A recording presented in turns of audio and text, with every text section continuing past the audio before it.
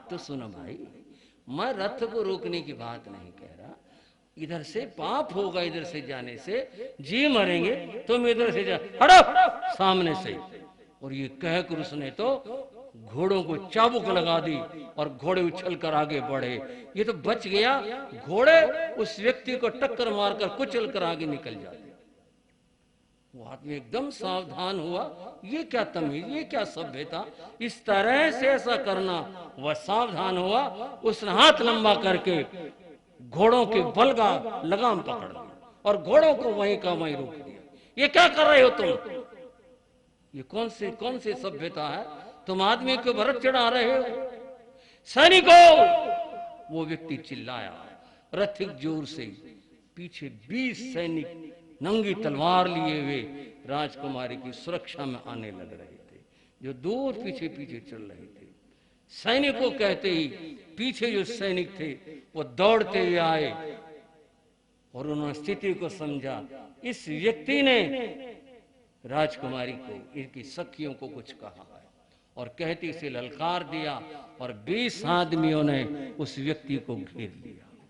अकेला निहत्था 20 सैनिक तलवार लिए हुए उसके ऊपर टूट पड़े, पर वो आदमी नहीं, वो तो यूं कहें बिजली था। एकदम से उछला और उछल करके उसने एक सैनिक को धक्का दिया, उसकी तलवार छीनी और छीन करके वह उन सब से जूझ पड़ा।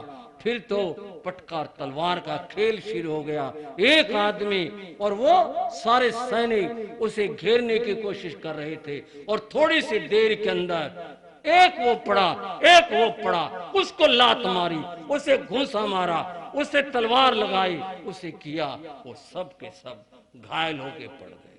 और उस व्यक्ति ने, उस युवक ने तलवार को लहराया और लहरा करके बोला, कौन है तुम्हारा राजा? किसने सिखाई है तुम्हें सभ्यता? निहत्थे के ऊपर 20 आदमी और तलवार से टूट पड़े, तुम्हें शर्म आनी चाहिए, तुम्हारे राजा को शर्म आनी चाहिए। कोई नहीं बोल पाया। बोलने का सीधा सीधा अर्थ था कि यह आदमी कुछ भी कर देगा, यह आदमी इतना बलवान है। कोई नहीं बोल पाया। युवक को थोड़ा आक्रोश आया इस बात के ऊपर, निहत्थे के ऊपर, और 20 आदमी तलवार से आक्रमण करें। उसके हाथ जो तलवार थी उसने घुटने को लगाए, फड़ाक से तोड़कर फेंक दिया और बोला, जाओ कह देना कौन है तुम्हारा शिक्षक और तुम्हारा राजा जिसने तुम्हें ये करने के लिए बताया है। कहकर आराम के साथ हाथ लहराता हुआ चला भी गया। वातावरण बड़ा भयावह हो गया। घायल सैनिक, जगह जगह खून लगा हुआ, उन्हें वो चाहता तो मार डालता। उसने किसी की गर्दन पर प्रहार नहीं किया आपस में। हाँ, बड़ा खतरनाक था, बहुत विचित्र था। जो रथिक था उसने पूछा, राजकुमारी आगे चलें? नहीं नहीं, आगे नहीं जाना, रथ को वापस ले चलो, हमने नहीं जाना आगे। रथ मोड़ दिया गया और रथ वापस चला गया। राजमहल के सामने पहुंचे, रथ रुका, सब कन्याएं रथ से नीचे उतर गई।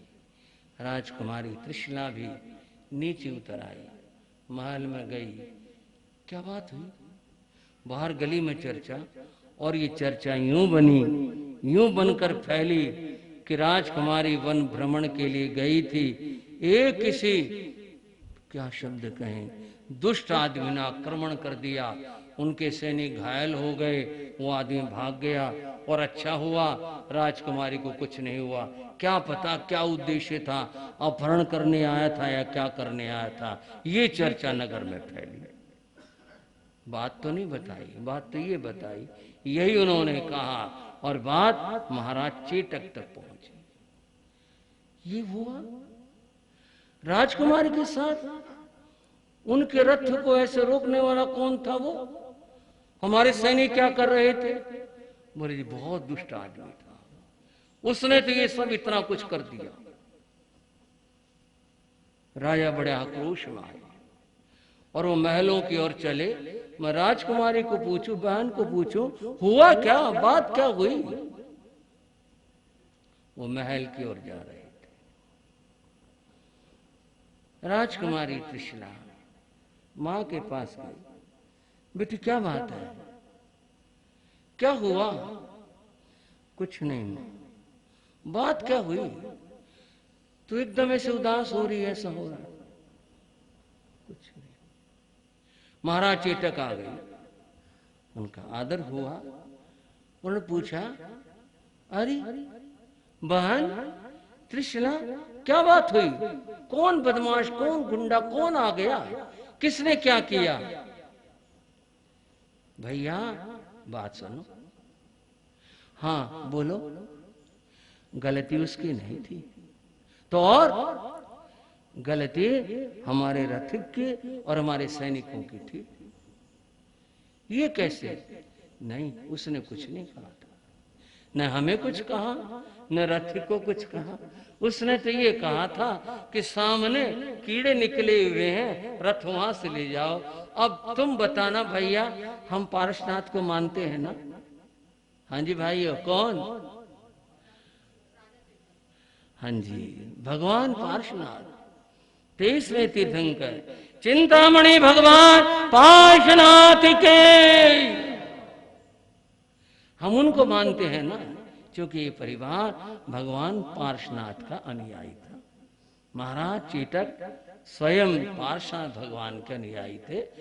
बोले हाँ, तो पार्श्वनाथ ने यही तो कहा, उन्होंने नाग और नागनी को नहीं बचाया था। बोले बचाया था।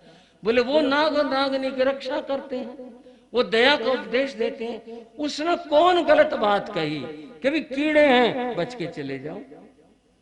हमें तो कुछ नहीं कहा, रतिक को नहीं कुछ कहा, ये तो एक अच्छी बात थी। और उसने हमारे साथ कुछ भी ऐसा है भद्र व्यवहार नहीं किया। बोले फिर क्या। हमारा सैनिक चिल्ला पड़ा कि बचाओ, और वो सैनिक आते ही वो बेचारा अकेला था और त्रिशला की आंखें भर आई। वो अकेला था, वो भाई वो निहत्था था। 20 आदमी उसके ऊपर टूट पड़े, वो तो बच गया, जिसकी बोटी बोटी बना देते ये 20 आदमी। लेकिन वो इतना बहादुर निकला, इतना बहादुर निकला, सारे सैनिकों को पराजित कर दिया। और फिर वहां से गया, बड़ा अभय भाव से, कोई बात ही नहीं हुई, कुछ भी नहीं हुआ। उसने नहीं पीछे मुड़ के भी देखा कि कौन आ रहा, पीछे क्या हुआ। बताना उसकी क्या गलती थी। बहन जो तुमने बताया इसमें तो उसकी कोई गलती नहीं थी। ये तो हमारे सैनिकों की बात है कि उन्होंने एक निहत्थे आदमी के ऊपर आक्रमण किया, पर वो था कौन ये तो नहीं पता। चलो मैं पता करवाता हूं। और वे बहन को आश्वासन देकर कि नहीं, तुम अपना मन किसी प्रकार से उदास ना रखो, कोई बात नहीं, मैं देखता हूं। वो गए। राजसभा में जाकर महाराज चेटक ने कहा, 3 दिन के अंदर अंदर उस व्यक्ति को राज्यसभा में उपस्थित किया जाए जिसने राजकुमारी का रथ रोका। कठोर घोषणा थी। अब तो लग गए सब ढूंढने में। आखिरकार तीसरे दिन राज्यसभा में एक व्यक्ति आता है, मुकुट लगा हुआ, राजपुरुष, बिल्कुल राजा की वेशभूषा, और बड़े शोभा शान के साथ उसके अपने सैनिक उसके साथ, और महाराज चेटक के सैनिक उनको घेरे हुए वह व्यक्ति आता है। ये कौन है। जैसे निकट आया, अच्छा, अरे आओ आओ मित्रवर आओ। महाराज चेटक खड़े हो गए, आगे बढ़े, उससे गले मिले। आओ मित्र, आओ बैठो। आज कैसे आना हुआ, क्या बात है। आपके सैनिकों ने बुलाया था मुझे तो कि महाराज चेटक याद कर रहे हैं।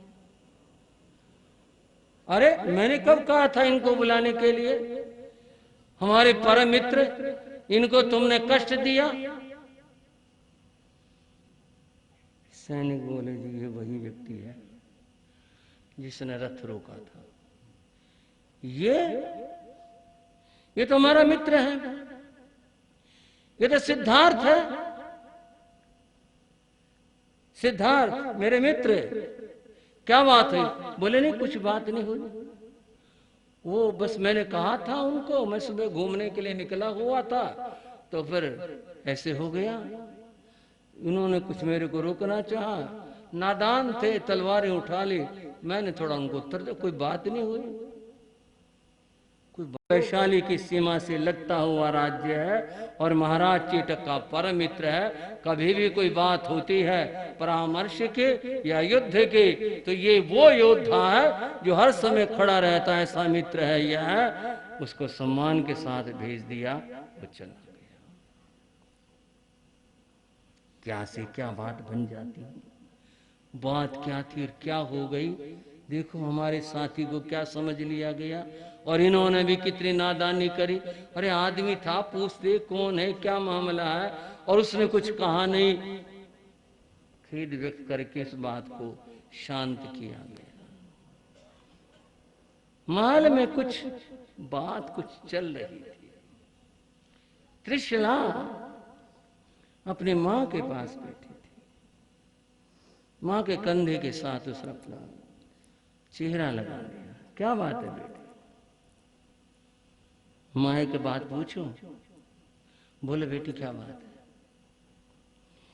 ये विवाह करना क्या जरूरी होता है?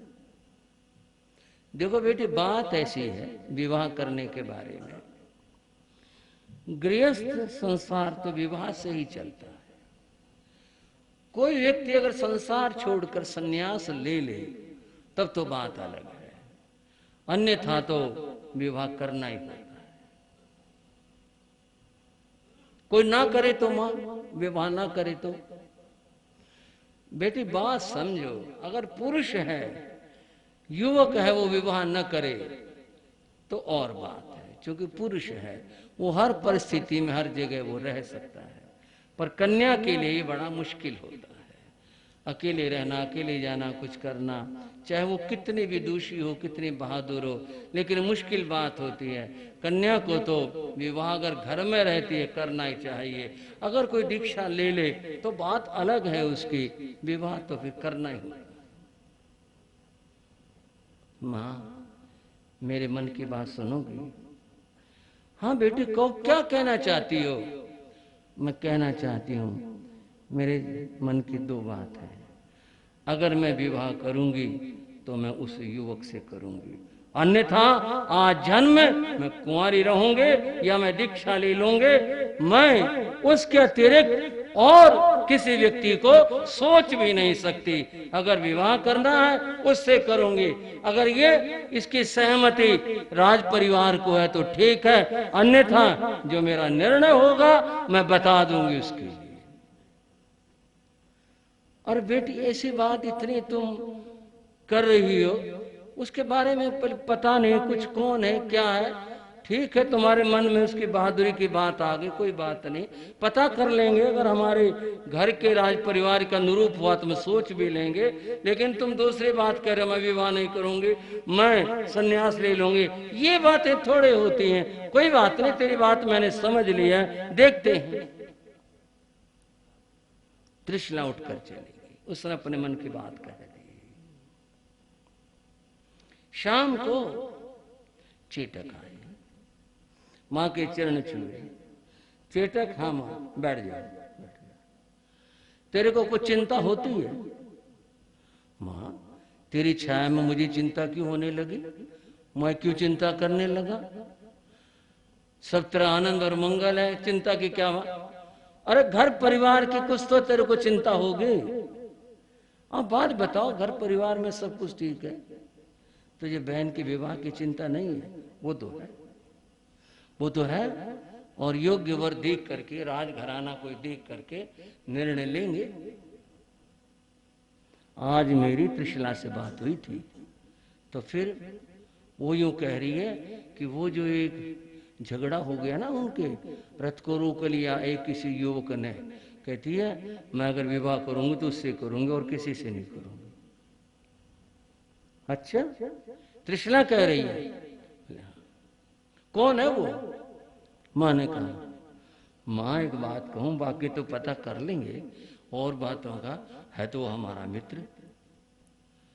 तो फिर ठीक है, बोले हाँ सब कुछ ठीक है, लेकिन इतनी जल्दबाजी नहीं, थोड़ा सा हम भी और सोच लेते हैं। कोई बात नहीं, अगर सब ठीक होगा हम विवाह कर देंगे, हमें कोई एतराज नहीं है। वो तो इतना इतना इतना श्रेष्ठ पुरुष है, क्या बताऊं तुम्हें, तो पता कर, तू क्या पता करेगा। राजा ने कुछ व्यक्ति जो राज्य की जासूसी करते थे, ऐसे व्यक्ति उसने छोड़े और कहा पता करो सिद्धार्थ के बारे में, ये कैसा युवक है, क्या बात है। और तो सब ठीक है, बातें सब कुछ अच्छी हैं, लेकिन कुछ इसके जीवन की, चरित्र की कुछ बातें ज्ञात तो करो, इसके बारे में पता करो। वो व्यक्ति घूमते हैं, प्रजा में जाते हैं, राजा के जहां भी गए सब न करे, हमारे महाराज के बारे में क्या पूछते हो, हमारे महाराज तो बहुत महान है। जहां तहां इधर उधर घूम फिर कर सप्ताह भर के बाद में लौटे, आकर के महाराज चेटक से कहा, जी हम घूम आए, क्या समाचार है, क्या बात है। बोले जी बहुत महान है, बहुत अच्छे हैं, एक बात जानने को मिली। क्या जानने को मिली उनके बारे में? बोले ये और तो बहुत बातें सबने प्रशंसा की कही, पर उनकी एक बात सबसे अलग पता चली। वो बताओ क्या पता चली? जो जानते उन्हें, वो बता रहे हैं, जो जानते उन्हें सर्वथा वे यूं निराश थे। कुछ लोग उनसे बहुत निराश हैं,